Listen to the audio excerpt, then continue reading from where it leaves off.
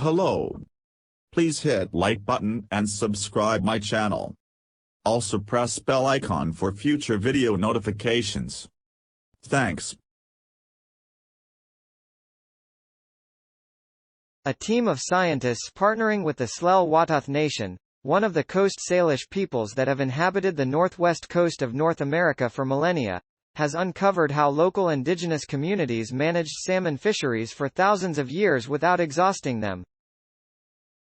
Based on ethnographic surveys and genetic data from ancient remains, the key was that fishers harvested mostly males, the researchers report November 10 in Scientific Reports. Without the DNA stuff, we wouldn't be able to trace the history of this indigenous practice, says Simon Fraser University archaeologist and lead study author Thomas Royal. And without the indigenous knowledge, if we just discovered a bunch of male salmon, we wouldn't have known what happened.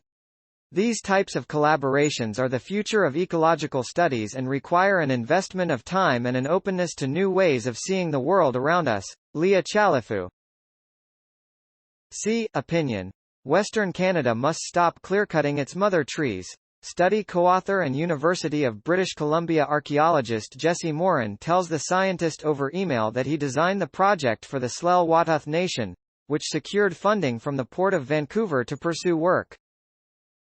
As part of the project, Royal and his team conducted archaeological research on salmon bones collected from 4 historic settlements along Burrard Inlet, a fjord just northeast of Vancouver. They extracted ancient DNA, ADNA, from the bones to confirm historical accounts that the primary species that was harvested by people in the settlements was the chum salmon, Oncorhynchus chaeta, they explain in a June paper in Journal of Archaeological Science, reports. Male and female chum salmon are easy to tell apart when they're alive, but it becomes all but impossible to do so when only looking at vertebrae, explains Portland State University anthropologist Virginia Butler, who didn't work on the study. That's why being able to extract that ancient DNA is essential for determining sex. Obtaining that genetic information was itself no small feat, says Royal. The technique allows analysis of ADNA that's been damaged over time by using primers that are sensitive enough to amplify DNA fragments that, like the ADNA they obtained from salmon remains, are only 100 base pairs or so long. The technique was specifically designed to amplify a gene called SDY, which research from 2012 identified as the male sex-determining gene among salmon, says Royal.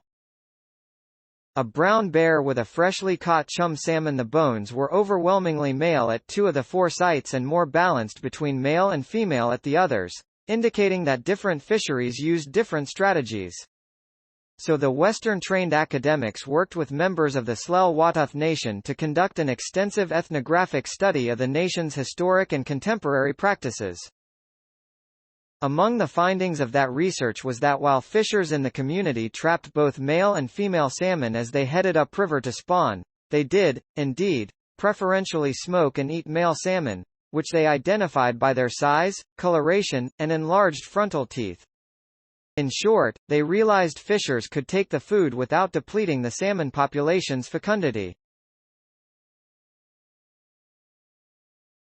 The end result, a sustainable harvest, was accomplished either way. She adds that a behavior with multiple benefits, in this case extracting more food per fish and managing a sustainable harvest, is more likely to be reinforced and cemented within a society. These layers of benefits are important to a behavior getting fixed and moving along, Butler says. Furthermore, the DNA in 29 of the 116 samples analyzed in the paper was too degraded to be useful, leaving plenty of room for future follow-up studies, assuming scientists can get their hands on more and better preserved samples. The oldest samples, 2,000 years old, happen to be the ones available, Morin says. Some of the sites have older deposits, but not much salmon remains preserved in those deposits. Lindley notes that it's difficult to obtain usable samples of these incredibly valuable remains, and says that the researchers conducted the most robust analysis they could with the resources available. The work may also have an immediate impact of importance to the Tsleil-Waututh Nation in the meantime.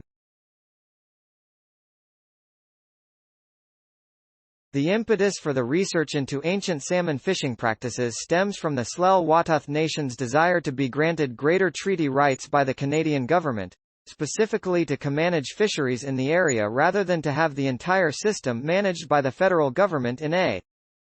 Furthermore, he adds, selective fishing can lead to artificial selective pressures that impact a species' viability or cause traits preferred by fishers to vanish from the population. While all fisheries are selective in some way, he says, there are some concerns on the impact of a sex-selective fishery that I'd want to understand before recommending this as a management strategy, though he adds that the practices in the paper probably aren't extreme enough to have a deleterious. For too long, this kind of information was not valued as much as it should have been. Quote, "Please support my channel to grow by pressing subscribe button and the bell icon. We will notify you technological news. Thank you."